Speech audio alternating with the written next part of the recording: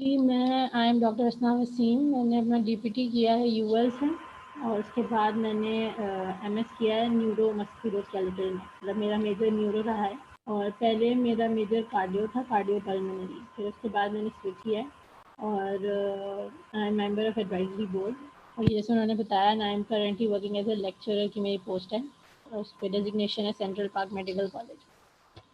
आज जो हम मेन पॉइंट इसमें कवर करेंगे टॉपिक, तो ये जो है ना ये बहुत वास्ट है और मैं कोशिश भी नहीं कर सकती कि एक सेशन में इसको मैं कंप्लीट कर सकूं और आप लोग बोर तो बिल्कुल भी नहीं होंगे, सब के सब कोई भी बोर नहीं होगा।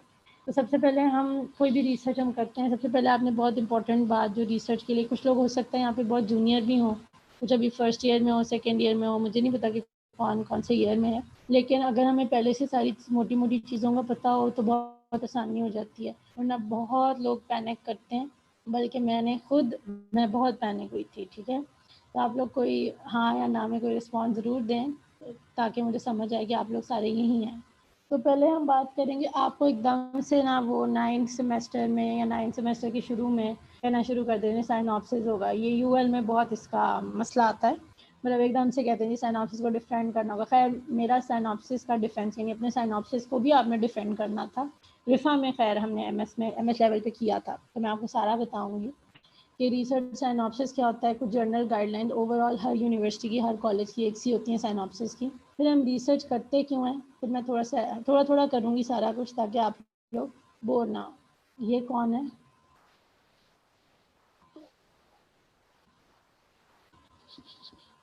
हेलो, आप लोग सब यहाँ पे अपनी थोड़ी प्रेजेंस का भी इजहार कीजिएगा कि आप लोग यहीं हैं।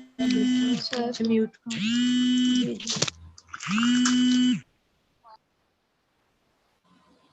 ठीक है।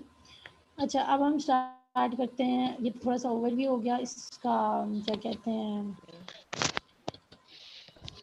अच्छा, अब रिसर्च सिनॉप्सिस क्या होता है? जब भी आप आएंगे कोई भी आपको इंट्रोडक्शन ऐसा नहीं होगा, एकदम से आपको कहा जाएगा कि अपना सिनॉप्सिस बनाएं। बहुत सारा ना एकदम से बगैर किसी उसके कहेंगे जी टॉपिक सिलेक्ट करें, आपको सुपरवाइजर मिलेगा और वो आपको बड़े आराम से कहेंगे जी सिनॉप्सिस बनाएंगे, ये डेट है। एक पूरा ना उनका शेड्यूल होता है, रिफा में भी और यूएल में भी एक आता है कि भाई इस डेट तक सारे बच्चों में सिनॉप्सिस आ जाने चाहिए। वो एक बंदा अप्रूव करता है। यूएल में ऐसा था कि सर डॉक्टर अशफाक जो हमारे एचओडी तब थे, उनके साइन होने होते थे। अब क्या होता है कि आप एक अपना टॉपिक लेके जाते हैं। अभी शुरू में तो टॉपिक का ही मसला होता है कि मैं किस पे करूँ, क्या है, कैसा टॉपिक होगा। कुछ ढेर सारे आपके पास एक लिस्ट आती है यूएल में ना, और रिफा में एक लिस्ट बनी हुई है जो वो आपको दे देते हैं कि भाई ये टॉपिक्स पे काम हो चुका है, अब आप कुछ और करें। अब जब मैंने, क्योंकि मेरा बहुत इरादा था कि मैं पाकिस्तान से बाहर जाके कार्डियो में करूँ एमएस, तो मैंने अपना टॉपिक कार्डिक इसके कार्डियो फिजियोथेरेपी के अकॉर्डिंग ही रखा, क्योंकि मैंने सीपीपीटी करनी थी। न्यूरो बाद में आया मेरी ज़िंदगी में। तो अब क्या हुआ कि मैंने यही सोचा था कि भाई मैं, क्योंकि आपको अब मुझे जी कुछ कोई कह रहा है कुछ, आप can you all hear me properly? आप लोगों को आवाज़ सही से आ रही है? Yes ma'am. जी, तो ये जो लोग सुनेंगे उनको बहुत फ़ायदा होगा और जो लोग ये अटेंड कर रहे हैं उनको बहुत ज़्यादा फ़ायदा होगा। अब वो आपको ना, मैंने सेलेक्ट किया कि भाई मैं ना कार्डियक सर्जरी जो पेशेंट होते हैं इधर सोशल सिक्योरिटी मंसूरा में, उनकी फिजियोथेरेपी होती है। ठीक है, उनके पास एक बहुत अच्छी हमारी फिजियोथेरेपिस्ट हैं, केई की हैं, वो करती हैं। अब ना मैं सोचती थी मैं क्या करूँ, क्योंकि डीपीटी लेवल पे आप करते हैं cross sectional study, cross sectional observation study होती है। मैं भी आपको बताऊँगी उसकी थोड़ी सी डिटेल। ठीक है, तो ना मैं क्योंकि टॉपर थी, तो जो टॉपर होते हैं उनके यूजली रिफा में भी यूएल में भी हमेशा जो एचओडी होते हैं ना वो उनके सुपरवाइजर होते हैं, क्योंकि उनको होता है कि भाई बच्चा खुद ही काम इस तरह कर लेगा या ज़्यादा सर नहीं खाएगा। तो मैं गई, मैंने उनको कहा मैंने इस तरह करना है, तो उन्होंने मुझसे ना बस ये पूछा, बड़ा ब्लंटली पूछा कि तुम्हारा रैशनैले क्या है। कि मैं आप लोगों के सामने इसको रखा है मैंने बोर्ड में।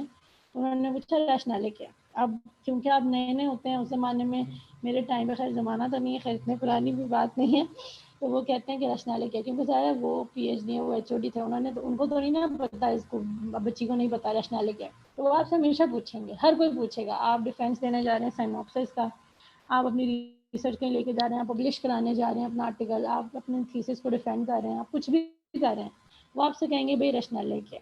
अब रचनालय क्या होता है ये आप देखिए, हमेशा पूछेंगे आपसे। ठीक है, सबसे पहले तो आपको पता होना रैशनल होना चाहिए कि भाई क्यों मैंने ये टॉपिक रखा है। देखें, there is a focus on the word why. तो ना एचओडी ने जब मुझसे पूछा अच्छा क्यों, मैंने कहा कि मैंने ना आगे कार्डियो में एमएस करना। कहते हैं अच्छा तुम क्या करोगी, रैशनल क्या है ना। उनके पास खैर टाइम नहीं था, उनके पास ज़ाहिर है वो एचओडी हैं, उन लोगों के पास टाइम नहीं होता। अब ये ग्रेजुएट लेवल के बच्चों का भी वो पूछें भाई रैशनल बताएं पहले जी क्या होता है। तो ये सारा कुछ मैंने भी बहुत वर्कशॉप से गूगल से सीखा। अगर आपको एक ऐसा बिजी उनका, हाँ वो चेक एंड बैलेंस बहुत अच्छा रखते हैं। मेरे रिफा में भी बहुत अच्छे सुपरवाइजर डॉक्टर अरशद हैं, वो भी खैर उधर डीन है उसके रिफा इस्लामाबाद के। तो खैर वो ज़्यादा एक्सप्लेन करते हैं, लेकिन टाइम की होता है कि भाई आप खुद भी करें। रिसर्च का मतलब ये है कि सारा कुछ आपने खुद करना है, लेकिन क्योंकि आप ये वर्कशॉप ले रहे हैं और अब हमें आसानियाँ पैदा करनी चाहिए अपने जूनियर्स के लिए, तो मेरे दिल में यही था। तो रैशनैले ये होता है कि क्या मकसद है, तुम क्यों कर रही हो ये टॉपिक, क्यों कर रहे हो तुम टॉपिक, क्यों सिलेक्ट किया है। या साइनॉप्सिस में आप कहेंगे कि भाई ये वजह थी, इसकी ये सिग्निफिकेंस है, ये मेरी रिसर्च की इंपॉर्टेंस होगी, चाहे वो क्रॉस सेक्शनल स्टडी कर रहे हैं, चाहे बहुत बड़ी स्टडी कर रहे हैं। और एक वो आपसे पूछेंगे सवाल रैशनैले के अंदर ही, जो सामने बैठे होंगे, जब आप आर्टिकल पब्लिश भी कराना चाहेंगे, जो भी आप करने जाएंगे, वो आपसे कहेंगे कि क्या गैप था तुम्हारी रिसर्च का। अब गैप की भी लोगों को नहीं पता होता, वो अक्सर कह देते हैं कि भाई हमें नहीं पता ना क्या मतलब गैप। अब गैप एक ये होता है कि ये एक रिसर्च है, अमेरिका में हुई है, लेकिन पाकिस्तान में अभी तक किसी ने नहीं की, ठीक है, ये गैप है। ऑस्ट्रेलिया में हुई है और आप कहते हैं कि ये गैप है, किसी ने भी ये वाली जो मेरी काम था, ये जो मैंने टॉपिक लिया, ये जो मैं जिस पे काम करने लगा हूँ या लगी हूँ, ये किसी ने नहीं किया। आप लोगों को समझ आ रही है? आप लोग थोड़ा सा अगर हूँ हाँ कर देंगे तो मुझे बहुत अच्छा लगेगा कि मैं समझाने की कोशिश करूँ। समझ आ रही है? ये आम क्वेश्चन होंगे, आप किसी भी यूनिवर्सिटी में जाए, सारे एक्सटर्नल यही घूम रहे होते हैं। एक डॉक्टर अशफाक जो मेरे सुपरवाइजर हैं वही होंगे, फिर अगर आप अल्लाह करे सब लोग एमएस करें, पीएचडी करें, तो डॉक्टर अरशद आ जाएंगे। यही हमारे टीचर्स ही जो सीनियर हैं, डॉक्टर उमल बनीन मेरी थी, एक्सटर्नल थी उसमें, एमएस में रिफा में। मैं खैर वो भी स्टोरी आपको सुनाऊंगी, वो भी बहुत ड्रॉनी एक स्टोरी है। उनका मेरे सुपरवाइज़र के साथ थोड़ा हो गया था मसला, उन्होंने कहा था ये क्या रिसर्च है ना मेरी एमएस की। मैं खैर आपको बताऊंगी भी अभी, ठीक है। ये हो गया रैशनल। हर कोई पूछेगा क्या रैशनल है, रैशनल लिखना भी होता है, साइनॉप्सिस में भी लिखना होता है, थीसिस में भी लिखना होता है। ये मेरा रैशनल है, ये मेरा मकसद है, इस वजह से मैं ये कर रहा हूँ, ये मेरा ऑब्जेक्टिव है। क्यों मैंने रखी है, पूछते जाएंगे आपसे, क्यों, तुम्हारा क्या मकसद था, कोई मकसद है इसका, कोई सिग्निफिकेंस है इसकी, कोई इंपॉर्टेंस बाद में निकलनी भी है कि नहीं निकलनी, पूछते जाएंगे वो आपसे। ये वाला, ये जो सबसे सीनियर जो होते हैं आ रहे होते हैं, वो बेचारा इतना इस पहले 2-3 सवालों पे ऐसा फंस जाते हो आप कि वो फिर हम कहते हैं जी रिसर्च में ग्रेड नहीं आया, ये नहीं हुआ, वो नहीं हुआ। जी कोई कुछ कह रहा है?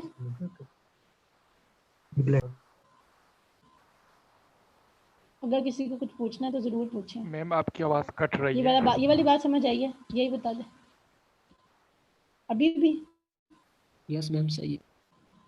हेलो, ठीक है, खैर रिकॉर्ड हो रहा है, आप लोग सुन सकते हैं। अच्छा नेक्स्ट स्लाइड है। अच्छा, अब जर्नल गाइडलाइंस होती हैं। एक तो आपने याद रखना है कि जो रिसर्च होगी साल भी होता है, एकदम से कहेंगे साइनॉप्सिस बनाओ, साइनॉप्सिस बनाओ, बच्चों बेचारों को बस समझ ही नहीं आ रहा होता साइनॉप्सिस, एकदम से वो आपको धचका देते हैं। कोई पीछे बैकग्राउंड, कोई वर्कशॉप इस तरह नहीं होता। कुछ लोग होते हैं जिन्होंने बड़ी अक्लमंदी की होती है, सीनियर से रब्ते रखे होते हैं, या बड़ी स्मार्ट होते हैं, वो उनका टॉपिक भी रेडी होता है, उनका साइनॉप्सिस भी रेडी होता है। बहुत ऐसे अच्छे लोग भी होते हैं। ये कुछ जर्नल गाइडलाइंस हैं साइनॉप्सिस राइटिंग की। ये मोस्टली यूनिवर्सिटीज़, कॉलेजेस सबकी एक होती हैं, ठीक है। आप कहीं का भी पकड़ो, चाहे गवर्नमेंट इंस्टीट्यूशन ले लो या आप ये मैंने भी ऑनलाइन ही लिया है। तो आपका साइनॉप्सिस की आप लोगों को समझ में आया कि साइनॉप्सिस क्या है, यानी जिसमें आप बताओगे कि ये हल्का फुल्का बताना है, इतना नहीं। साइनॉप्सिस छोटा पतला सा होता है, इतनी पतली सी उसकी नोट कॉपी बनती है, थीसिस की तरह बड़ा बड़ा मोटा धद्दा नहीं होता। बस आप उसमें बताते हैं। रैशनल बड़ा इंपॉर्टेंट होता है। अगर थीसिस आपके साइनॉप्सिस का डिफेंस हो रहा है, ठीक है, 4-5 बड़े बड़े असिस्टेंट प्रोफेसर या एसोसिएट प्रोफेसर बैठे हैं, प्रिंसिपल डीन बैठ गया, आपका साइनॉप्सिस लेने, रिफॉर्म में होता है ये, शायद यूएल में भी आप मेरे ख्याल से हो रहा है। तो वो आपसे बस ये पूछेंगे जी क्या आपका रैशनल है। अगर आप लोगों में से कोई है फाइनल ईयर में या 9th-10th सेमेस्टर में, उसको बहुत फ़ायदा होगा इन क्वेश्चंस का। इन क्वेश्चंस की एक लिस्ट बनती है। मैं हमेशा ना, मैंने ज़रा लेट डिफेंस दिया था डीपीटी में भी और एमएस में भी, तो मैं ना लिस्ट बनाती थी हमेशा कि भाई ये क्वेश्चन बार बार वो पूछ रहा है, जो एक्सटर्नल आया, जो इंटरनल आया, क्या क्या क्वेश्चन पूछ रहे हैं। तो ये मैं आपके साथ वो लिस्ट शेयर कर रही हूँ। अगर आप लोगों में से कोई इतना स्मार्ट भी है, कोई इतना अपने करियर पे फोकस किसी का है और किसी ने अच्छा ग्रेड लेना है अपनी रिसर्च में, रिसर्च को अच्छी जगह पब्लिश कराना है, तो उसके लिए बहुत इंपॉर्टेंट पॉइंट्स हैं, ठीक है।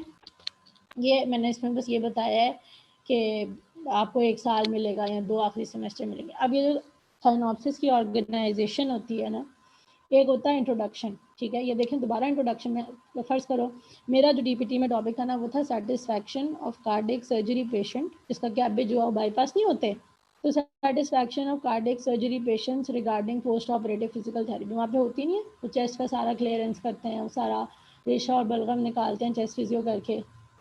देखा है, सुना है कभी? कोई कुछ बोल दे तो मुझे।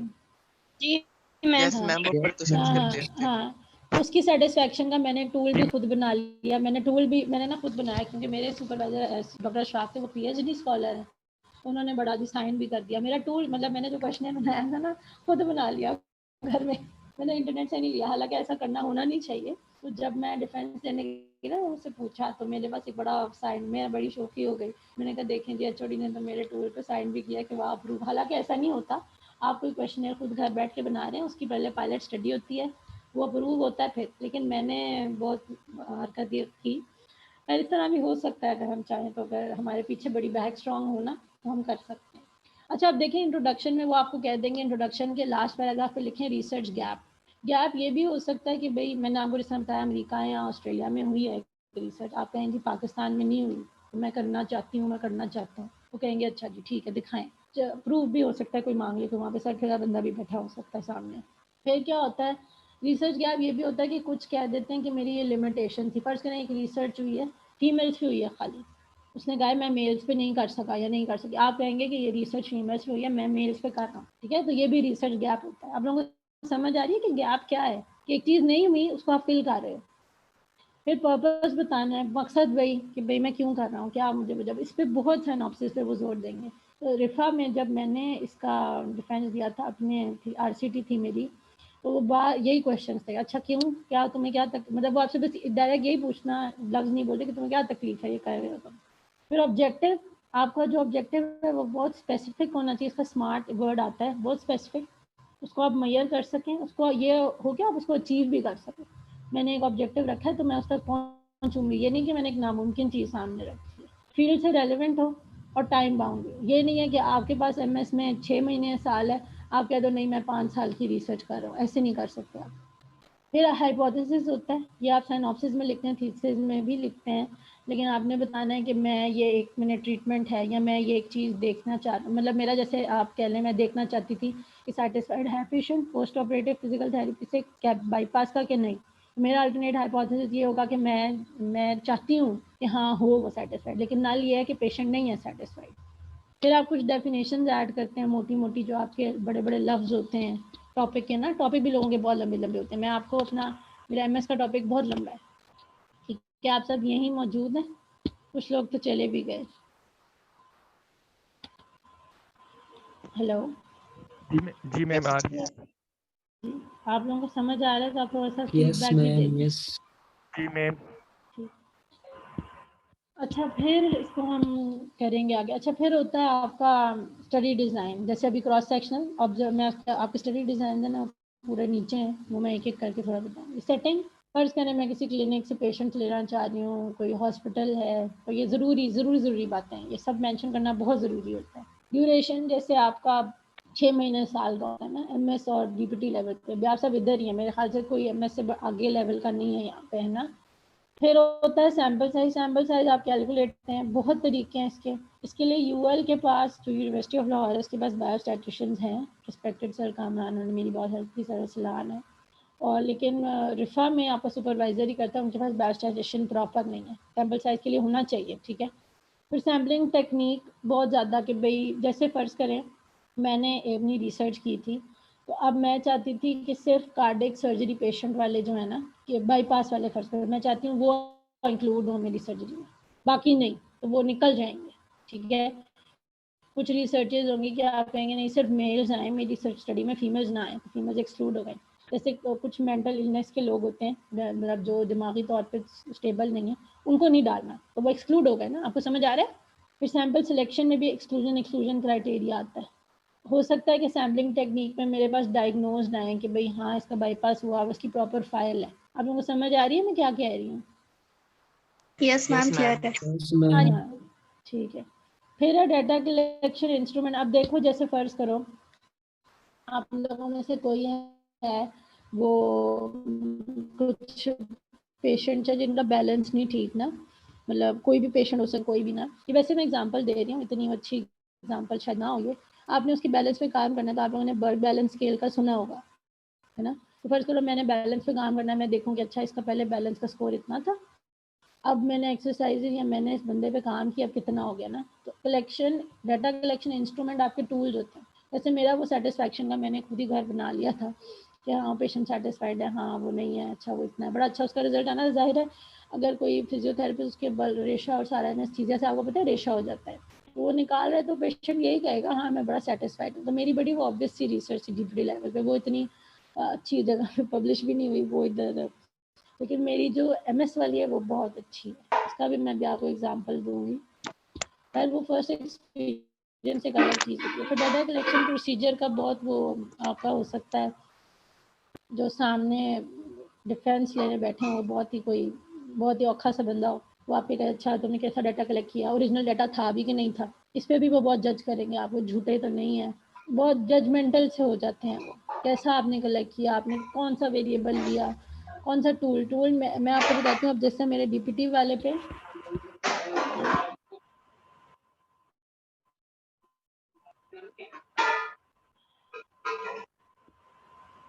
हेलो, तो वो अब जैसे मेरे पास 7 टूल थे, क्योंकि मैं आपको अपनी आरसीटी के बारे में बताऊंगी। RCT randomize control trial, 7 tools थे मेरे में, 7 चीज़ें चेक कर रही थी एक पेशेंट में, उसका वर्डाई, उसका वर्टाइगो, उसका निस्टेगमस, उसका ऑसिलोप्सिया। तो 7 मैंने क्वेश्चनर्स खैर इंटरनेट से मैंने लिए थे, अच्छे वाले तो अच्छे वाले थे, क्योंकि मैं एमएस की रिसर्च ऐसे फजूल नहीं कर सकती थी। डीपीटी वाले में आप बड़ा रिस्क ले सकते हैं, लेकिन आप एमएस वाले में रिस्क नहीं ले सकते, ठीक है। अच्छा डाटा एनालिसिस आपको पता होगा, किसी को पता है एसपीएसएस जिस पे हम डालते हैं सारा, वो सारा डाटा डलेगा, फिर वो डाटा सबमिट हो जाएगा, फिर उसका आप टूल्स अपने टेस्ट लगाना है, आप कौन सी स्टडी कर रहे हैं। एसपीएसएस का सुना हुआ है? यस मैम, वो सॉफ्टवेयर सर्च के लिए हाँ यूज। हाँ सॉफ्टवेयर। जी मैम। मैं आपको यहाँ पे मेरे पास बहुत सारे वो होते हैं, डलवाते हैं एमएस में ना, प्रैक्टिस करवाते हैं, वो डलवाते हैं।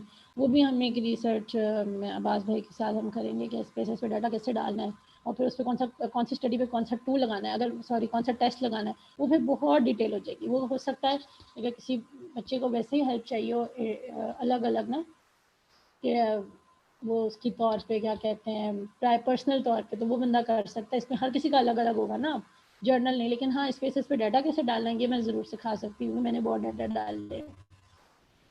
फिर एंड पे आती है एथिकल कंसिडरेशन। ये वो आपसे कहते हैं जी मेरी जो रिसर्च है उस पर किसी को कोई नुकसान नहीं होगा, ये मेरी यूनिवर्सिटी अप्रूव करेगी, आपका सुपरवाइज़र भी बड़े साइंस में करेंगे, और बड़ी जी बहुत कॉन्सेंट फॉर्म होगी, क्या कहते हैं उसको क्या कहते हैं, मतलब उर्दू में भी, खैर यूएल में भी था कि भाई पेशेंट्स जो होते हैं वो एजुकेटेड नहीं होते,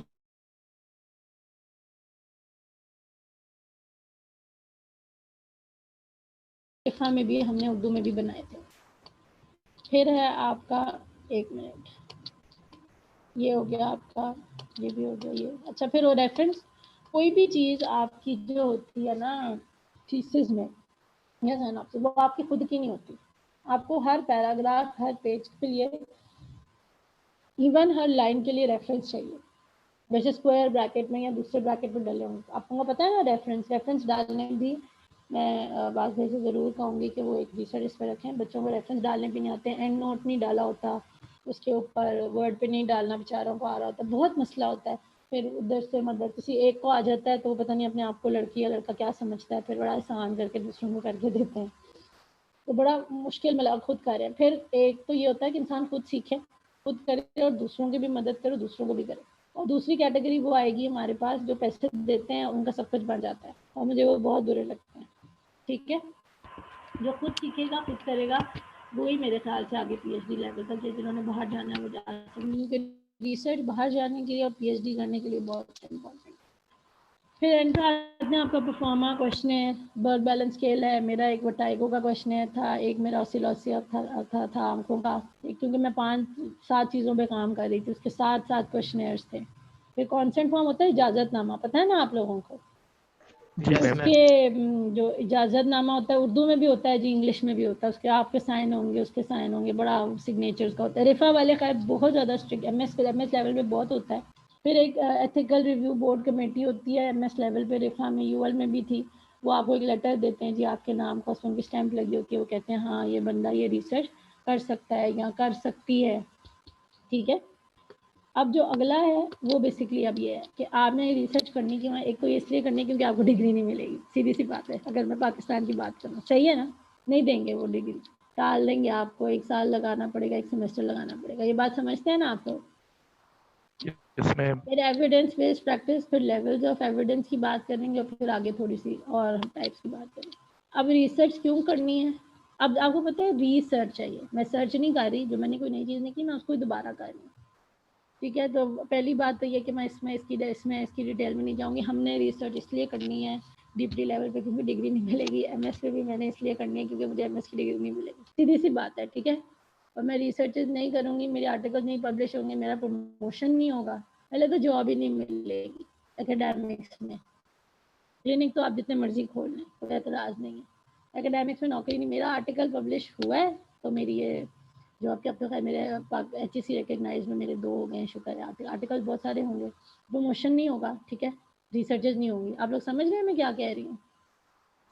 जी मैम। हमारा तो यही है, हमें तो रिसर्च की यही बात पता है कि भाई मैं नहीं अगर करूँगी ना, अभी भी मेरी मीटिंग थी, मेरे HOD सर आरिफ मेरे क्लिनिकल इंचार्ज भी थे, मेरे टीचर हैं, अब मेरे बॉस हैं, तो वो बार बार यही कहते हैं प्रमोशन नहीं हो रहा, तुम लोग आर्टिकल्स नहीं लेके आ रहे, तुम लोग रिसर्च नहीं कर रहे। साफ ना कहते मैंने तो नहीं प्रमोशन होने देना किसी का, नहीं तुम लोग आर्टिकल्स क्यों नहीं ला रहे, क्यों रिसर्च क्यों नहीं हो रही, कुछ हो क्यों नहीं रहा, यहाँ पे कुछ करते क्यों नहीं, जाओ जाके रिसर्च करो। उनका ना हर हफ्ते में एक ही लेक्चर होता है, अच्छा जाओ किसी वार्ड में, क्योंकि मैं हॉस्पिटल वाली साइड पे होती हूँ मैं एकेडमिक्स में, लेकिन क्लासेस हॉस्पिटल नहीं होती हैं। तो वो सेंट्रल पार्क में कहते हैं जाओ किसी वार्ड में जाके कोई रिसर्च कर लो, जाओ कुछ शुरू करो, वो यही कह रहे होते हैं। आप लोग समझ रहे हैं ना कि रिसर्च क्यों करनी है हम सब ने? जी मैम समझ आ रही है। अच्छा फिर अब ये रिसर्च का जो मैंने आपको मकसद हमारी फिजियोथेरेपी फील्ड में जो बताया ना, बस वही, ये तो मैंने ऐसे बातें डाल दी हैं बीच में कि क्यों करनी है ये। ऑब्वियसली आपको रहना है दुनिया में, सर्वाइव करना है, तो आपको जॉब करनी है। आप इतना पढ़ रहे हैं, किसी ने 5 साल ग्रेजुएशन किया, उसके बाद 2 साल एमएस के बाद PhD भी करनी है, तो आपको जॉब भी अच्छी चाहिए ना, और जॉब में आगे बढ़ना है कि नहीं बढ़ना है, तो रिसर्च करनी है। ये है, देखें बैचलर आपकी 4-5 साल का कोर्स है, 4 साल आप पढ़ते हैं। और आप लोगों को आवाज आ रही है मेरी? Yes ma'am. आ रही है। जी जी मैडम आ रही है, आवाज ठीक क्लियर आ रही है। ठीक है, अच्छा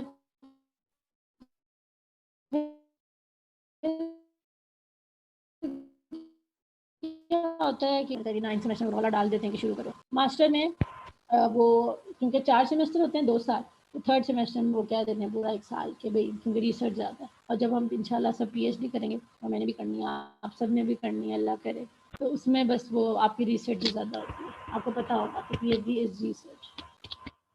अब हम थोड़ा सा आते हैं एविडेंस बेस्ड प्रैक्टिस। मेरी बात है ना, जब हम रिसर्च में कर रही हूँ, एक मैंने फ़र्ज़ करें एक बहुत ही अच्छी रिसर्च देखी है, और मैंने वो देखी है न्यूजीलैंड में हुई है, पता नहीं कहाँ हुई है ना। अब मैं चाहती हूँ कि यहाँ मैं वो थेरेपी जो उसने की है या जो उसने काम किया वो अपने पेशेंट पे अप्लाई करूँ, या मैं इस जैसी एक रिसर्च करूँ, ठीक है। एविडेंस है ना, एविडेंस उसका सबूत था, उसकी प्रैक्टिस में करने लगी, या मैं उस जैसी रिसर्च करने लगी हूँ, या मैं उस जैसा पेशेंट ट्रीट करने लगी हूँ। तो ये बेसिकली होती है एविडेंस बेस्ड प्रैक्टिस। अब वो एविडेंस कितना सच्चा है, कितना वो रिलायबल है, कितना वैलिड है, और क्या वो पाकिस्तान में चल सकता है, क्या मैं लाहौर में वो चीज़ कर सकती हूँ, ये सारा आपका एविडेंस बेस्ड प्रैक्टिस में आता है। एक बंदा है फर्ज करें वो बड़ी अच्छी एक चीज़ कर रहा है, कोई भी चीज़, अमेरिका में वो चीज़ चल गई है, आपको क्या पता कि वो पाकिस्तान में चलनी है कि नहीं चलनी? आप समझ रहे हैं मैं क्या कह रही हूँ? कोई भी ट्रीटमेंट वो बंदा कर रहा है, कोई एक दवाई है जैसे कि वो अब चल गई है, उधर ऑस्ट्रेलिया में चल रही है, तो आपको क्या यकीन है कि वो चीज़ पाकिस्तान में भी कामयाब होगी? बड़ी अच्छी उसकी वैलिड है, बड़ी मुझे अच्छा लगा है। तो मेरे क्या पेशेंट, क्या मेरा जो पेशेंट है क्या उसको आ रहा है इम्प्रूवमेंट? एक तो बेस्ट क्लिनिकल एविडेंस होना चाहिए कि वो बेस्ट है, फिर एक एक बंदे पे ट्राई करना चाहिए, ठीक है। फिर जो है वो क्या कहते हैं, पेशेंट की वैल्यूज़ और एक्सपेक्टेशन जो है, क्या मैं उस पर काम करी? आप लोग सुन रहे हैं कि सो गए हैं? हम सुन रहे हैं। मैम सुन रहे हैं, जागिए। जहाँ तक आ रहा है कुछ समझ में कि मैं क्या कहने की कोशिश कर रही हूँ। मैं यस मैम। मैंने लिखा तो बहुत कुछ हुआ है, लेकिन मैं बोल वो कुछ नहीं हूँ जो मुझे इतने सालों में समझ आएगी। नहीं मैम समझ आ रही है। बोर तो मैम नहीं हो क्लियर है। No ma'am. इंटरेस्टिंग है। वैसे ये इंटरेस्टिंग है नहीं, मैं आपको सच बताऊँ, मैं होती तो मैं आप लोगों की जगह ये जरूर कह देती कि बहुत ही इंटरेस्टिंग नहीं। इंटरेस्टिंग पता है, मुझे तो इंसान बोल रहा है वो बनाता है एक ये चीज। भी जब पढ़ा था मुझे वो भी बहुत इंटरेस्टिंग लगा था। मैम जिन्होंने पढ़ा है उनको इंटरेस्टिंग लग रहा है इसी वजह से। हाँ नहीं, मुझे तो एविडेंस बेस्ड प्रैक्टिस बहुत बुरा लगता है, बहुत बुरा। कहती थी है कि क्या चीज़ है, अब आगे समझ में आती है। एविडेंस बेस्ड प्रैक्टिस में सबसे पहले यही होता है कि आपने सवाल क्या पूछना है ना, पेशेंट चेक कर रहे हैं यहाँ पर, फिर पेशेंट है आपको नहीं समझ आ रहा है, ये बेसिकली वही है, रिसर्च की बात है। ये क्वेश्चन है मैंने अपने आप से पूछा है, मैंने गूगल पे डाला है, मैंने गूगल स्कॉलर पे डाला है, मैंने पबमेड पे डाला है, मैंने बहुत सारी जगहों पे वो डालना शुरू कर दिया, मुझे सबसे अच्छा मिला। अच्छा पता है सबसे अच्छा एविडेंस वो है जो फ्री ना हो। एक रिसर्च सबसे अच्छी पता है वही है जो फ्री नहीं होती, जो पैसों की होती है। मतलब जिसको मैंने पढ़ना है उसका सिर्फ मुझे 1 या 2 पैराग्राफ मिले हैं और वो कुछ डॉलर्स की है, क्योंकि मुझे ऐसा लगता है ये मेरी जो रिफा में मैंने इस्लामाबाद में फर्स्ट सेमेस्टर किया था, डॉक्टर सायरा हैं वो, खैर वो अब एसोसिएट प्रोफेसर हो गई, उनकी बहुत रिसर्च अच्छी हैं। वो उन्होंने एक बात की थी, कहती है आपको क्या लगता है जो आपको गूगल स्कॉलर से सस्ती सस्ती फ्री में रिसर्चेज मिल जाती हैं, क्या ये अच्छी हैं, क्या ये बेस्ट एविडेंस है? तो उन्होंने ये बात की थी। तो उनकी बड़ी महंगी महंगी रिसर्चेज होती हैं अमेरिका में, उनको खोल ही नहीं सकते आप अंडे अनलेस पता नहीं आपने कितने डॉलर ना पे किए हों एक रिसर्च के। खैर हम तो नहीं खोलते, हमें तो पैसे नहीं खर्च करते। फिर मैंने उस एविडेंस मुझे अच्छा मिल गया, एक मुझे अच्छी रिसर्च मिली है, तो मैं उस रिसर्च को ना एवेलुएट मतलब उसको पढ़ूंगी कि भाई अच्छा पाकिस्तान में चल सकती है ये, मैंने टॉपिक एक ढूंढा अपनी रिसर्च करने के लिए, पेशेंट को लगाने के लिए, क्या ये लाहौर में चलेगा, ठीक है। फिर मैं उस सारी इन्फॉर्मेशन को अपने क्लिनिकल एक्सपीरियंस पे पेशेंट को देखूंगी। अब पेशेंट हो सकता है कि बड़ी कोई आंटी सी हो, बड़ी कोई किसी गांव से आई हो, आंटी को कुछ समझ ना आ रही हो, ऐसा होता है, हो सकता है ना, अगर कोई आप लोगों में से क्लिनिक करता है। अब हर किसी पे मैं हर चीज़ को नहीं ना अप्लाई कर सकती। फिर मैं देखूंगी कि भाई रिजल्ट आया है कोई किसी काम का कि कोई रिजल्ट नहीं आया, ठीक है। ये इसी की थोड़ी सी आस्क एक्वायर एप्रेज ना आपको बताऊंगी क्या होता है एविडेंस बेस्ड। बच्चे अक्सर पूछते हैं कि एप्रेज का क्या मतलब होता है, ठीक है, कि भाई हम क्यों कर रहे हैं, क्या आ रहा है ना, ये थोड़ा सा मैं बताऊंगी। ऐसी चीज़ें जो मेरा ख्याल है मुझे क्लास में बिल्कुल नहीं बताई गई थी, मैंने खुद गूगल करके ना आप की हैं। मेरी जो MS वाली रिसर्च है ना,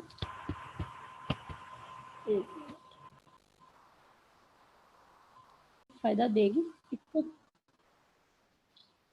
तो फिर आप देखोगे कि क्या ये मुझे मेरी फिजियोथेरेपी को फ़ायदा देगी, इसकी कोई सिग्निफिकेंस है, इसको मेरा सुपरवाइज़र अप्रूव करेगा, या आर्टिकल अच्छी जगह छपेगा, मैं इतनी मेहनत जो करूँगा या करूँगी।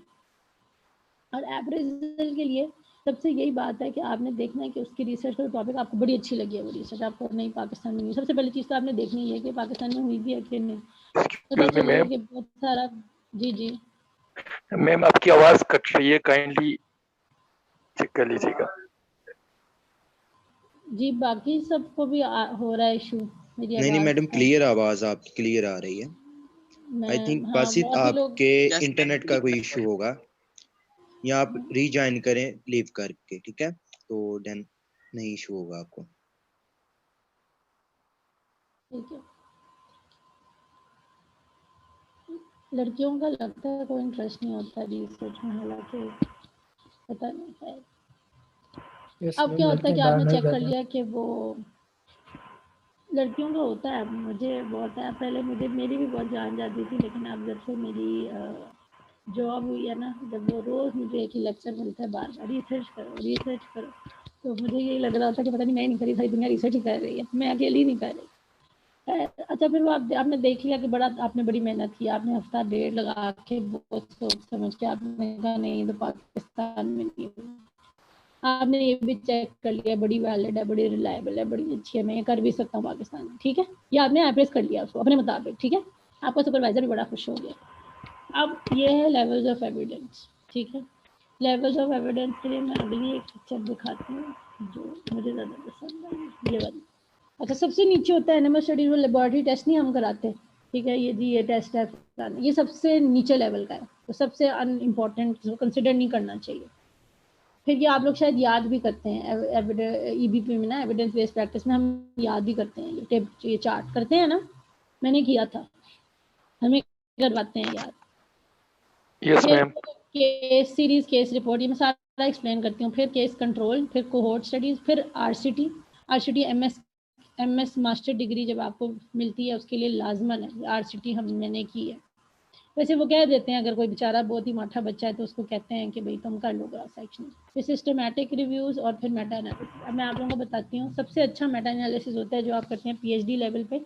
सिस्टमैटिक रिव्यू बाहर के मुल्कों में मास्टर लेवल पे भी करते हैं, लेकिन अभी आप लोग क्योंकि ग्रेजुएट, मेरे ख्याल से आप सब डीपीटी पे हैं ना, कोई Yes, ऐसा ma'am. अगर है जो एमएस तक किया हुआ है तो वो मुझे ज़रूर बताएं। मेटा एनालिसिस बहुत सबसे अच्छी रिसर्च होती है, सबसे हाई लेवल की जो आप पीएचडी में करते हैं, सिस्टमैटिक रिव्यू।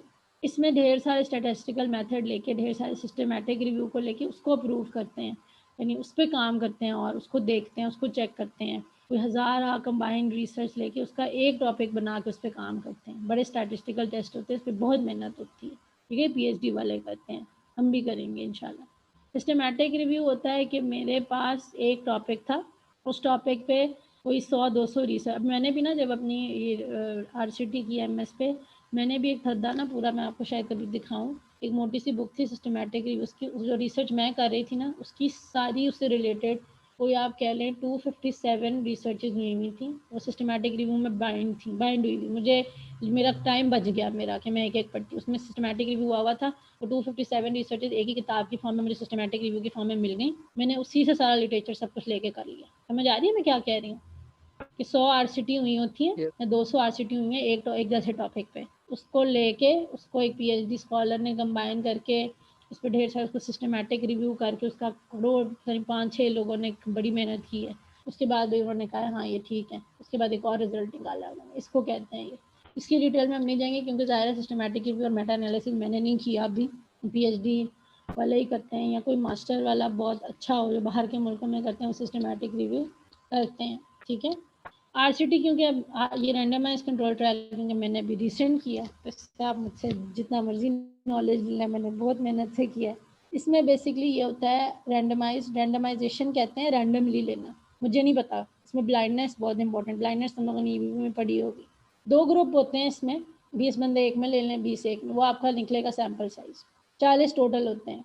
अब मुझे नहीं पता किसने कौन से ग्रुप में जाना है, इसके बड़े मेथड होते हैं। मैंने जो लिया था ना, मैंने ताश के पत्ते लिए थे, रेड और ब्लैक ना, तो रेड मैंने रखा था कंट्रोल ग्रुप के लिए, ब्लैक मैंने रखा था इंटरवेंशनल ग्रुप के लिए। वो आके एक बंदा ताश का पत्ता उठाता था, मैं कहती थी अच्छा ये मैं इस ग्रुप में डाल दूँ, रैंडम हो गया ना, मैंने नहीं चीटिंग नहीं की, समझ आ रहा है? इसमें चीटिंग नहीं करनी है, आप समझ रहे हैं, बायसनेस होती है, चीटिंग नहीं करना। तो एक ग्रुप होता है, मैं आपने आरसीटी में मैंने एक सर्किट ट्रेनिंग प्लान खुद बनाया था, खुद अपने सुपरवाइजर के साथ मिलके, खुद मेरा एक प्लान था। वर्टाइगो पेशेंट पे ना, इनको कानों का इशू, उन पे काम करना था मैंने, फिजिकल थेरेपी एक्सरसाइज एक सर्किट ट्रेनिंग थी, ये 10 वो स्टेशन बनाने थे मैंने। आपने अपना एक ट्रीटमेंट प्लान बनाया, अब 20 लोगों को, 40 लोग हैं फर्ज करें टोटल, मेरे 20 को मैंने वो करवाना है अपनी सुपरविजन में, मेरा ये था। और दूसरे ग्रुप को मैंने पुरानी फिजियोथेरेपी एक्सरसाइज करानी है, जो नई सर्किट ट्रेनिंग स्टेशन नहीं है। फिर एंड पे 4 हफ्तों के बाद मैंने दोनों ग्रुप्स को कंपेयर करना था। ये होती है आरसीटी। समझ आ रहा है मैं क्या कह रही हूँ? यस मैम, समझ आ रही है। Yes, ma'am. यहाँ ये हो सकता था कि मैंने 20 लोगों को ट्रीटमेंट दिया और 20 को कुछ भी नहीं किया, फ़र्क क्या आएगा? वो तो देखो चीटिंग हो गई ना। मैंने एक 20 लोगों में, मेरा खैर सैम्पल साइज़ बहुत थोड़ा था क्योंकि मैंने कोविड में मेरा एमएस कंप्लीट हुआ है और सैम्पल साइज़ हमें रिड्यूस करने की रिफा ने इजाज़त दी थी, बड़ी उन्होंने हेल्प की हमारी, क्योंकि आपको पता है कोई भी नहीं करवाने आता था ना, फिर वो भी रिसर्च के लिए फ्री में, तो लोग तो नहीं आते थे कोविड में, वो भी तो मेरा कोविड में डिफेंस भी मेरा कोविड में हुआ है। तो फिर क्या हुआ कि उन्होंने कहा कि मतलब कम हो गया ना, मेरा कम था, तो मैंने एक वाले को अपनी सर्किट ट्रेनिंग स्पेशल अपनी सुपरविजन में दी, ठीक है, और एक था मैंने उसमें उर्दू में उनको ट्रीटमेंट प्रिंट करवा के बस समझा के दे दिया। सुपरविजन न्यूरोथेरेपिस्ट, न्यूरोफिजिकल थेरेपिस्ट होते हैं हम, क्योंकि हमने एनएमपीटी किया है, तो उसमें ना वो मैंने नहीं उसको ना मतलब ऐसे ही बस सरसरी सा ना गाइड कर दिया, तो बड़ा अच्छा मेरा रिजल्ट आया था एंड पे। खैर ये चीटिंग थी थोड़ी बहुत क्योंकि कोविड की वजह से थी, तो मेरे सुपरवाइज़र ने कहा था कि बहुत अच्छा है, बहुत मेरी इस रिसर्च में मैंने उसको भेजना है उधर, इंटरनेशनल जर्नल में जा रहा है। डॉक्टर दानिश मेरी हेल्प कर रहे हैं रिफ़ा से। कोई है यहाँ पे रिफ़ा का जो वहाँ से डीपीटी कर रहा हो? No ma'am. अच्छा, खैर वहाँ का ये अच्छा सिस्टम है, ठीक है, ताकि वो आगे अच्छी चलिए। उसमें आपको हेल्प भी चाहिए होती है अपने बड़ों की, अपने सीनियर्स की। क्रॉस सेक्शनल स्टडीज़ आप लोग अभी डीपीटी लेवल पे करोगे, ये बड़ी सीधी सी स्टडीज़ होती हैं। आपने कुछ ऑब्जर्व करना है, किसी चीज़ की फ्रीक्वेंसी चेक कर लेनी है, प्रेवलेंस, खैर वो तो मेरे ख्याल से भर गए हैं टॉपिक्स। जैसे सेटिस्फैक्शन मैंने आपको बताया, बड़ा अच्छा आइडिया, ये लोग बहुत कम करते हैं। तो आप कुछ ऑब्जर्व कर लो, किस फीमेल में कोई चीज़ देख लो, मेल में ये चीज़ देख लो। तो इसको बस सिंपल क्रॉस सेक्शनल स्टडी है जो आपने डीपीटी लेवल पे करनी होती हैं। और मुझे लगता है कि वो डीपीटी लेवल का भी स्टैंडर्ड हाई करने लगे हैं, ऐसा ही है। वो आपसे कहेंगे कि अच्छी करो। हेलो जी यस मैम। जी जी, आप लोग सुन रहे हैं, थोड़ा सा रिस्पॉन्स दे दें तो बड़ी Yes, आपकी यस मैम। मेहरबानी होगी। ठीक है, ये हो गई क्रॉस सेक्शनल स्टडी का। मैंने आपको ओवरऑल सा ब्रीफ दिया। जैसे मेरी क्रॉस सेक्शनल स्टडी थी, सेटिस्फैक्शन मैंने चेक करनी थी, सिंपल उसने बस बताना था सेटिस्फाइड कि नहीं सेटिस्फाइड। तो satisfaction of post operative cardiac surgery patient, bypass हुआ है उनका, उनकी फिजियोथेरेपी हो रही है regarding post operative physical therapy. भाई वो क्या, तो मैं क्या कर लूँ, मैं 10 पेशेंट वो ले लूँ जिनका नहीं हो रही फिजिकल थेरेपी ऑपरेशन के बाद, और 10 वो ले लूँ जिनकी हो रही है, और फिर मैं इनको कम्प्लेक्स की बहुत मैं इस मामले में कर सकती हूँ। काफ़ी काम हो सकता है इसके ऊपर।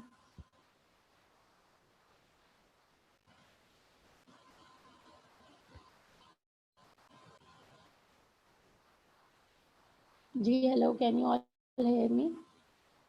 Yes, ma'am. Yes yes ma'am. Ma'am. Yes yes ma'am. Ma'am. ठीक है, अब है ये जो थोड़ा सा और आपका है, एक्सपेरिमेंट होता है। रैंडमाइज कंट्रोल ट्रायल बेसिकली आप एक्सपेरिमेंट कर रहे हैं। आपने यहाँ, जैसे मैंने आपको बताया कि मैंने सर्किट ट्रेनिंग नहीं बनाई थी, और उसको मैंने लगाया पेशेंट पे, और फिर मैंने उससे कंपेयर किया जिस पे मैं नहीं लगा रही। डायग्नोज दोनों ही थे, डिजीज़ दोनों को थी मेरी, जो मैं चाहती थी वो। अच्छा, अब क्वासी एक्सपेरिमेंटल भी होता है रैंडमाइज की तरह, लेकिन इसमें मैं रैंडम नहीं कर रही, इसमें मैंने चीटिंग की है। इसमें मैंने बड़ा सोच समझ के एक पेशेंट को उसमें डाला, एक में उसमें डाला। लेकिन आरसीटी में आपने चीटिंग नहीं, बाइसनेस यानी चीटिंग नहीं करनी होती। वो अपनी वो खुद ही नेचुरली जिसमें वो चला जाए, आपने चीटिंग नहीं करनी। जो आपने डीपीटी में ऑब्जर्वेशन करनी है वो कोहोर्ट, केस कंट्रोल और क्रॉस सेक्शनल है। 1 मिनट में आपको इसका भी ये मैं बता देती हूँ। ये वैसे नहीं करते क्योंकि ये हम पॉसिबल नहीं है हमारे लिए करना। कोहोर्ट स्टडी वो होती हैं कि आपने 2 ग्रुप लिए, ठीक है, और एक जो है उसका, जैसे फ़र्ज़ करें मैं देखना चाहती हूँ, बड़ा कॉमन सा एग्जांपल है, एक दो लोग हैं, एक को लंग कैंसर है, एक को लंग कैंसर नहीं है, तो उसका एक्सपोजर क्या था या उसको क्या हुआ है, मैं जाके ना उसको मतलब मैं चेक कर लूँ। इस तरह की चीज़ होती है कोहोर्ट में। लेकिन हम नहीं यहाँ पे कोहोर्ट स्टडीज़ कर सकते हैं, या केस कंट्रोल कर सकते, केस रिपोर्ट कर सकते।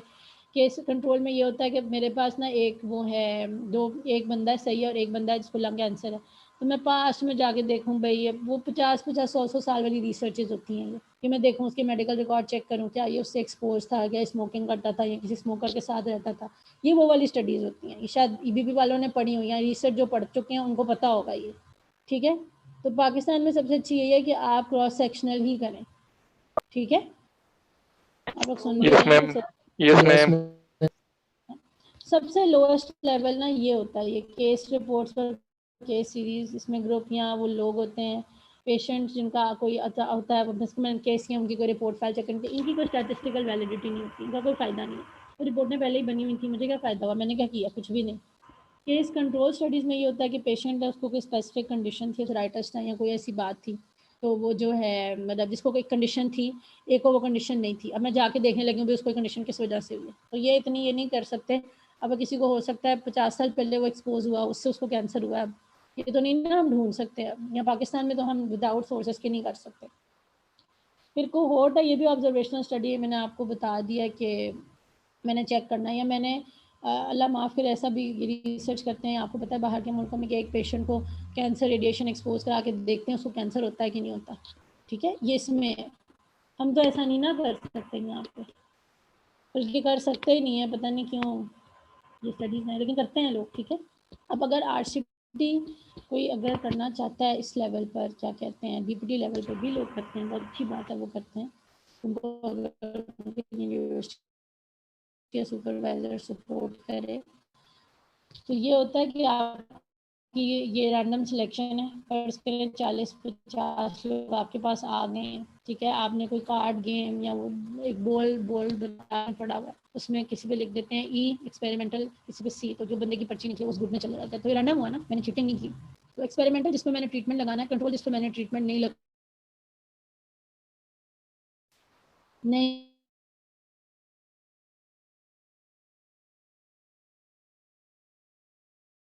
अपनी अकलमंदी से गूगल पे सर्च कर लूँगी, ठीक है। Yes. कोई क्वेश्चन आप लोगों का, आप लोग मुझसे पर्सनली भी पूछ सकते हैं, कुछ भी बात हो ऐसी रिसर्च रिलेटेड, क्योंकि मुझे बहुत वो है, अब इंटरेस्ट, मुझे काम करना पड़ा, मेरा इंटरेस्ट नहीं था, मुझे बनाना पड़ा इंटरेस्ट, जो सीधी सी बात है। ये सारी आप लोगों को सब दोबारा करते हो, मैंने सब कुछ दोबारा खुद किया, आपका क्या इससे फ़ायदा होगा, मेरा ज़्यादा हुआ। Thank you ma'am, thank you so much. Ma'am I have a question. जी जी मैम ये साइनॉप्सिस और प्रपोजल में क्या डिफरेंस है? क्योंकि जो आपने हेडिंग्स बताई थी कि सैंपल साइज और ये सब, जो साइनॉप्सिस में आपने ऑर्गेनाइजेशन, तो ये चीजें तो हम हमारी प्रपोजल में भी इसी तरह से होती हैं, तो इनमें फिर क्या डिफरेंस है? एक ही बात है, एक ही बात है, एक ही बात है। वो आप नाम उसको चेंज करते हैं, जो मर्जी ले लें। वो पीएचडी के लिए कहते हैं प्रपोजल लेके आए हैं, इसके लिए कहते हैं साइनॉप्सिस लेके आए, बात सारी वही है, क्योंकि क्वेश्चंस देखो वही हैं, चीजें भी वही है ना, सेम है ना। यस मैम, वही मैं पूछ रही थी कि ये हाँ, साइनॉप्सिस और सेम है। फिर ये क्या प्रपोजल में डिफरेंस है? आप कह रही हैं सेम है, हाँ मतलब जी, कि पीएचडी लेवल पे हम लोग साइनॉप्सिस यूज करते हैं, वर्ड सिर्फ वर्ड्स का डिफरेंस है कि हम लोग हाँ पीएचडी लेवल पे साइनॉप्सिस उसको यूज करते हैं, और जबकि बैचलर और हाँ, उसको भी डिफेंड करना होता है, साइनॉप्सिस ही कहते हैं। हाँ, प्रपोजल भी करते हैं, जब हम इंटरव्यू देने जाएंगे ना, अभी मैंने पीएचडी का पता किया था रिफा से, तो उन्होंने जब कहा ना, उन्होंने कहा प्रपोजल लेके आए। प्रपोजल यानी एक किस्म का साइनॉप्सिस ही, कि भाई तुम्हारे दिमाग में कौन कोई रिसर्च है अच्छी या नहीं, ठीक है, ओके मैम, क्या ठीक है। करना चाहते हो पीएचडी में, और ऐसा क्या डिफरेंट क्या करोगे बाकियों से, ये भी वो बहुत पूछेंगे। ठीक है मैम। मैम ये जो डिफरेंट क्या करना चाहते हैं, ये तो फिर हमारे रेशनल में आता है ना? हाँ, लेकिन वो उर्दू में भी पूछेंगे ना, हो सकता है रैशनैले का नाम ना लें, वो कहते हैं क्या आप क्या what difference are you making, आपके करने से हमें क्या फ़ायदा होगा, या आपको क्या फ़ायदा होगा ना, ठीक है। बड़े घुमा फिरा के पूछेंगे, वो पूछ वो रैशनैले ही रहे होते हैं, लेकिन वो ऐसा आपको तंग करने के लिए पूछेंगे कि हम वही इंसान का वही दिल ख़राब हो जाता है।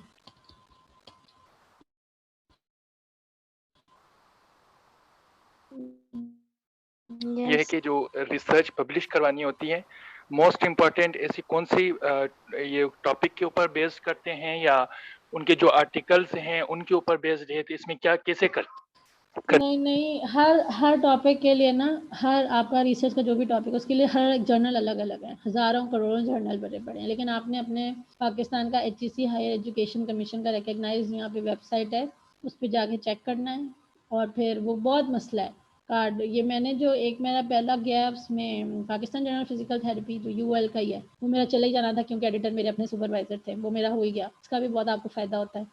और दूसरा हर का ना वेरी करता है, अब मेरा जो ये MS का टॉपिक है, ये मैं कहीं भी भेज दूँ, हो सकता है इधर कहीं भी फिजिकल थेरेपी में, लेकिन मेरे जो गाइडेंस मुझे डॉक्टर दानिश उसको अच्छी जगह पब्लिश कराना चाह रहे हैं, क्योंकि उन्होंने खुद ने उसको अच्छी जगह कराना है, वो खुद भी ऑथर हैं, तो वो जा रहा है वेस्टिबुलर रिसर्च में, जो मेरे ख्याल से उसका है न्यूजीलैंड का है, पता नहीं कहाँ का, उसमें पैसे भी हमें बहुत देने पड़े। वो iOS प्रेस का, हर जगह का, हर आपके टॉपिक का आप 5-6 जगह पे वैसे भेज सकते हो, तो इलीगल है ये, लेकिन एक जगह पे होगा भी नहीं पब्लिश, 100-200 जगहों पे आपको भेजना पड़ेगा, फिर जाके वो पब्लिश होगा। एक जगह एक्सेप्ट ना हुआ, अगला कर लो, तो आपका जो टॉपिक होगा उसके अकॉर्डिंग वो जाके ना पब्लिश होगा कहीं, आपके टॉपिक के अकॉर्डिंग। आपका कार्डियो में था, आप किसी दिल वाले जर्नल में भेज सकते हैं, आप ये MBBS वालों के जर्नल में भी भेज सकते हैं, सही है। मैम सेकंड क्वेश्चन ये है कि जो रिसर्च लिखने के बाद कितने हमने वो आर्टिकल्स उस पे जो है डालनी होती हैं, मतलब कि उसके बेस पे हम, क्योंकि मैम जो मेरा रिसर्च चल रहा है, वो जो सुपरवाइजर कह रहा है, वो कह रहा है कि 20 जो क्या कहते हैं रिसर्च के ऊपर जो है आपने 20 आर्टिकल्स आपके मस्ट होने चाहिए, क्या ऐसे ही है 20 आर्टिकल्स आप उससे रिलेटेड उसके अंदर आपने जो डालना है उसके अंदर उससे रिलेटेड? जी मैम, वो कह रहे हैं कि आप जो है डिफरेंट आर्टिकल्स निकालें, उसकी जो है आप जो है अपने उस पर लिखे और हाँ निकालें। हाँ 20 क्या, मैं तो कहती हूँ 100 भी हो सकता है, 20 तो फिर कम है। ये तो डॉक्टर अशफाक थे, वो कहते थे रौनकें भी तो लगानी है ना, आप 100 200 500 भी बीच में डाल दोगे ना अपने आर्टिकल और रेफरेंसेस, तो भी वो आप कम ही लग रहा होगा, स्पेशली एमएस या पीएचडी लेवल पे। 20 से तो कुछ भी नहीं होगा। और मैम ये क्वेश्चन ईयर के जो क्वेश्चंस होते हैं, ये मिनिमम कितने क्वेश्चंस हो सकते हैं और मैक्सिमम कितने होने चाहिए? किस चीज के? क्वेश्चन ईयर जो बनाते हैं मैम, इसमें क्वेश्चंस कितने मिनिमम होनी चाहिए? हाँ क्वेश्चनर के अंदर क्वेश्चंस डले होते हैं आपके ना, क्वेश्चनर बने बनाए पड़े होते हैं, जैसे वर्क बैलेंस स्केल है, जो भी आपके टूल हैं वो बने हुए हैं इंटरनेट पे, आपने उन्हीं से लेने हैं, आप खुद नहीं अभी इस लेवल पे बना सकते, तो वो बने हुए होते हैं। लेकिन आप जितने मर्जी टूल्स ले लो। मैंने आपको बताया कि मैंने 7 चीज़ों पे काम किया, मैंने 7 चीज़ें अपने आरसीटी में चेक करनी थी, तो मेरे 7 टूल्स थे, जो बहुत बड़ी बात थी कि आप 7 टूल्स को लेके चलो, तो 7 दफ़ा पे मैं काम करती थी। तो वो डिपेंड करता है कि आप में ताकत कितनी है, आप कितनी मेहनत कर सकते हैं।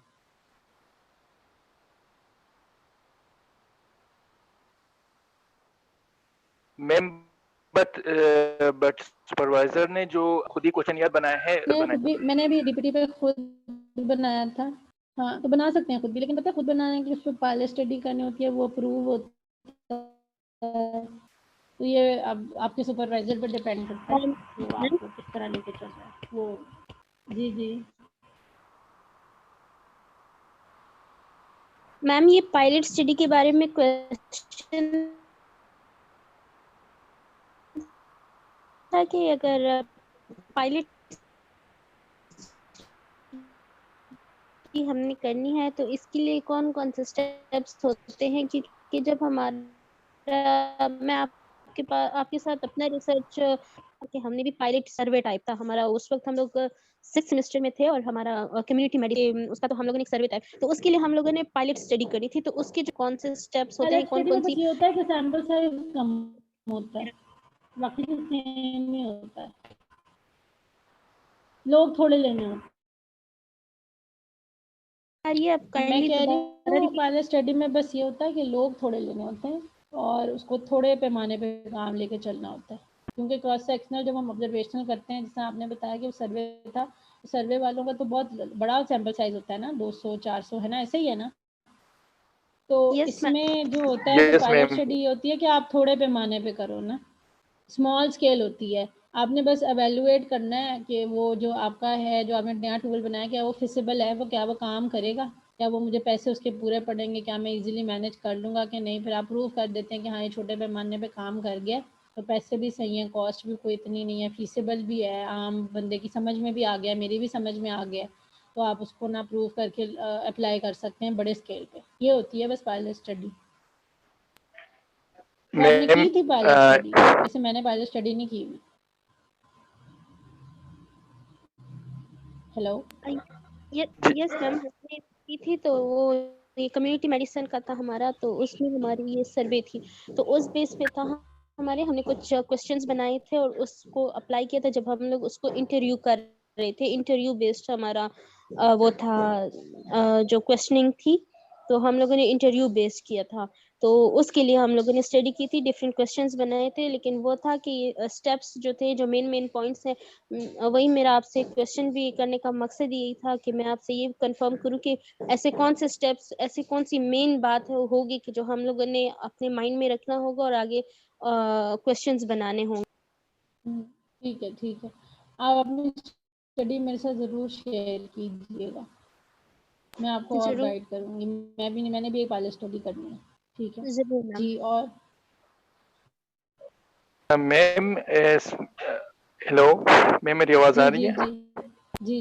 अच्छा मैम ये बताइएगा, ये साइनेप्सिस डीपीटी जो वो है लेवल में साइनेप्सिस भी होते हैं या जस्ट हमने रिसर्च ही करके पब्लिश करवानी होती है? काइंडली इसमें गाइड कर दीजिएगा।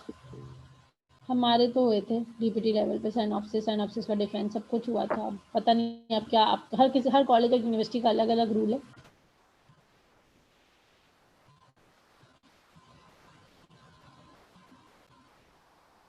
ठीक है। ओके मैम, ये फंडामेंटल रिसर्च के बारे में बताइएगा।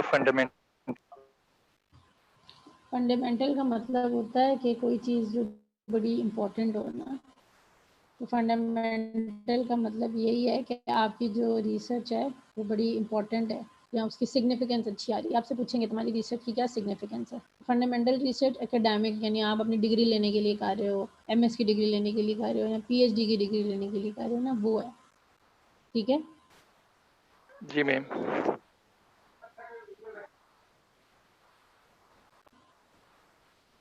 या ऐसे भी हो सकता है कि कोई मेडिसिन आई है, जैसा कोरोना की जो हो रही है मेडिसिन पे रिसर्च, ये सारी फंडामेंटल रिसर्च ही है ना। अब कोरोना की मेडिकेशन बनेगी तो देखेंगे मार्केट में कैसे काम करेगी, सारी फंडामेंटल रिसर्च।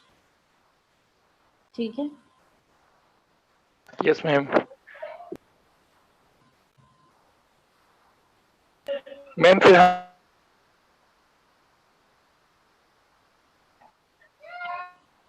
वो उसकी टाइप में ही है, उसको अलग अलग करने की मेरा नहीं ख्याल कि हमें ज़रूरत है।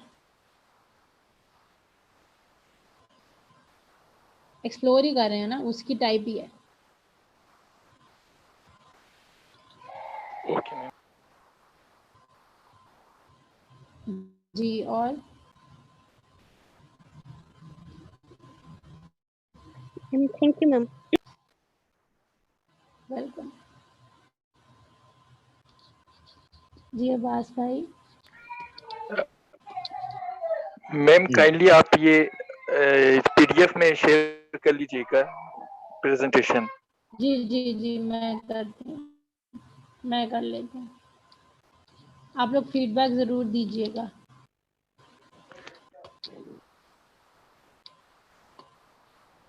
जी मैडम। जी मेरा ख्याल है बस खत्म हो गई है। जी जी अल्हम्दुलिल्लाह बहुत अच्छा सेशन रहा है, तो होपफुली के काफी कुछ गेन किया होगा सबने।